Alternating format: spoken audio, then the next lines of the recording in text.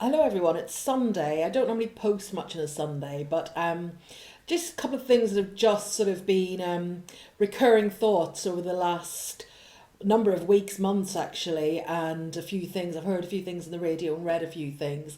And this isn't supposed to be a rant, it's not supposed to be a judgment, it's not supposed to be criticism of anybody, but I just really have been thinking a lot about how we encourage our young people and each other. And I think we are so quick to find fault and to criticize. For some of us it's sort of a default position, and even if that fault finding or that criticism is born out of good intentions, we always have to think about the impact on the person who's having to listen to that your feedback, your response. As I say, lately I've just been listening to a few things about people who went on to be very, very successful, but maybe how in their formative years the level of sort of encouragement and support for their dreams or aspirations was maybe less than you'd want it to be.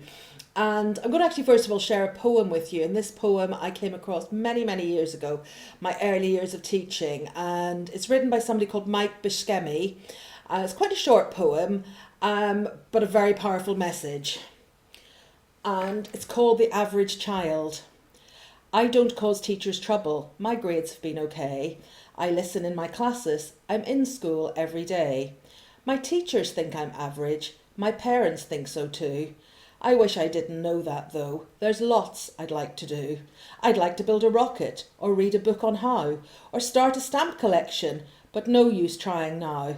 'Cause since I find I'm average, I'm smart enough, you see, to know there's nothing special I should expect of me. I'm part of that majority, that hump part of the bell, who spends his life unnoticed in an average kind of hell.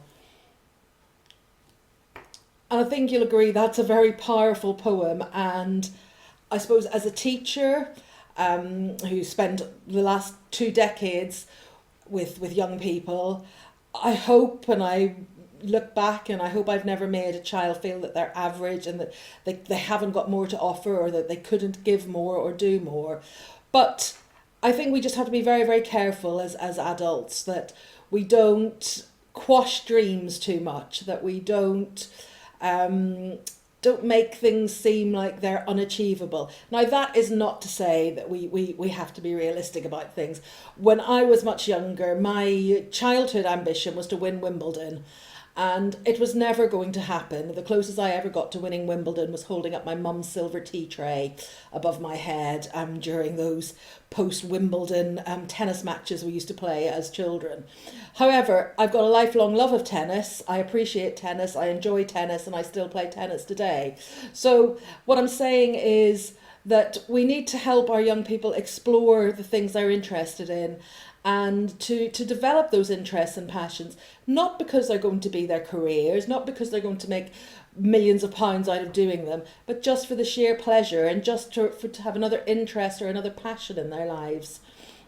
And I was doing a little bit of research on famous people who were very much discouraged or who people thought weren't going to amount to much. Albert Einstein allegedly didn't speak until he was 4 and didn't read until he was 7.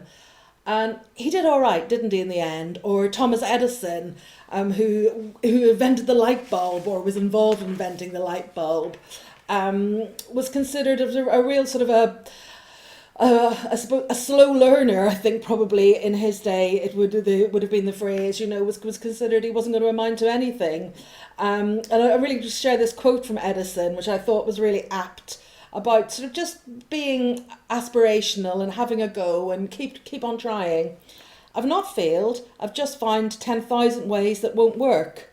And that was to do with his research or his attempt to invent the light bulb. And I know it's a bit controversial about whether it was Edison or Tesla, but you get the meaning, you get the message. And a couple of other people who went on to be very, very famous in their field. Steven Spielberg was rejected by the University of Southern California School of Theatre and Film.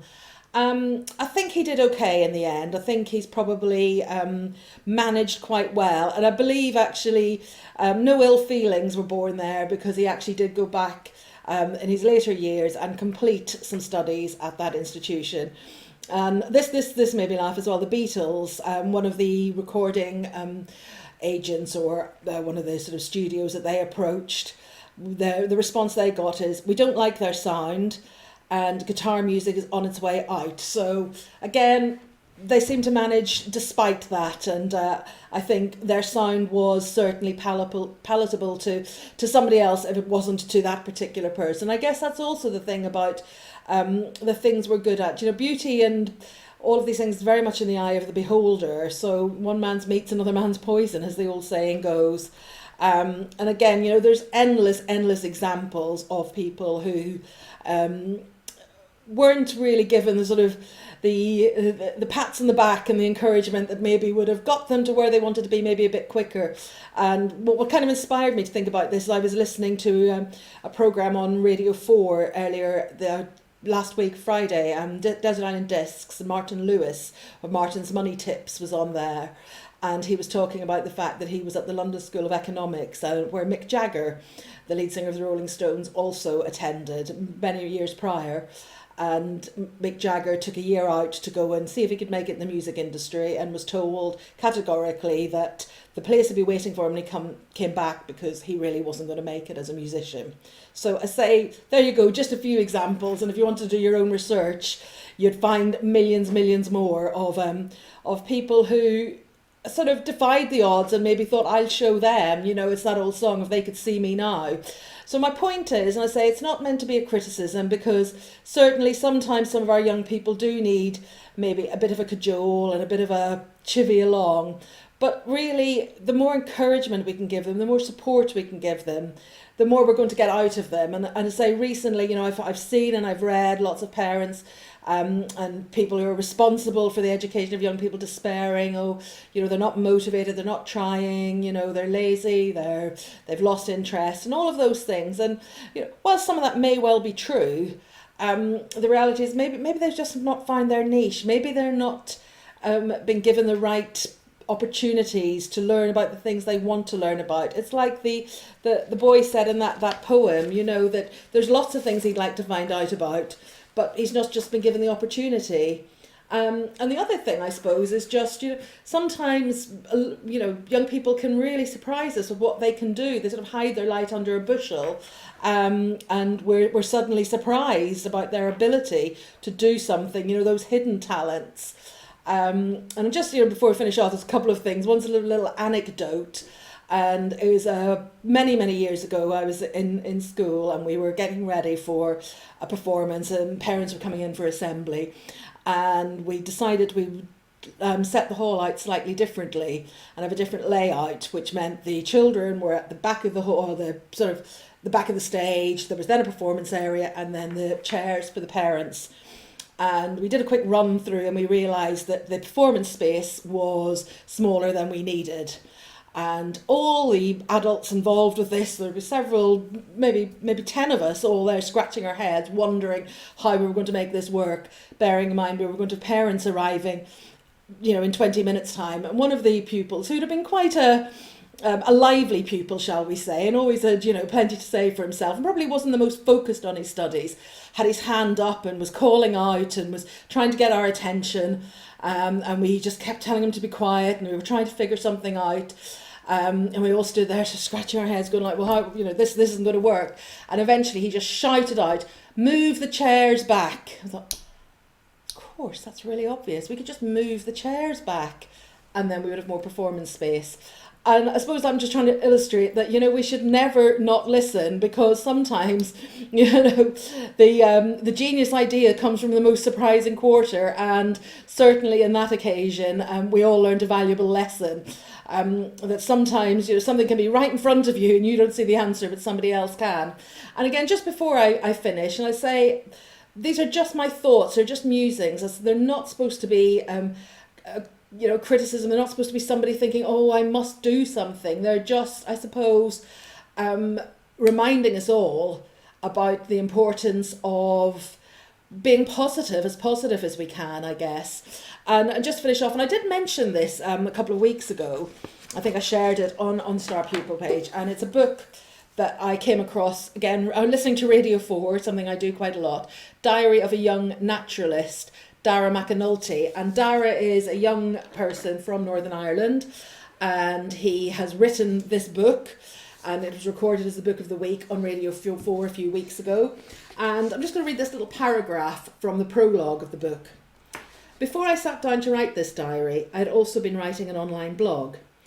A good few people enjoyed it and said more than once I should write a book, which is quite amazing really. As a teacher once told my parents, your son will never be able to complete a comprehension, never mind string a paragraph together. Yet here we are.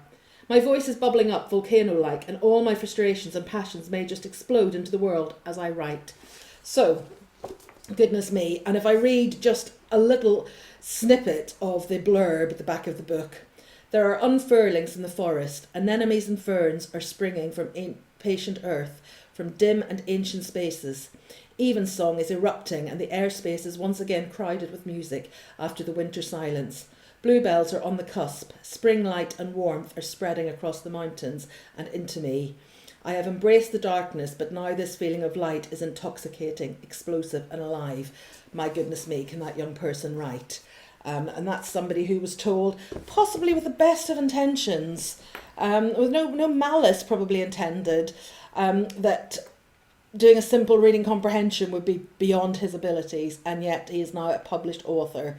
So have a good Sunday. Lots of positivity, lots of, encouragement. Think about interests, think about, new things that we can explore. And thank you for listening. Okay, see you soon. Bye.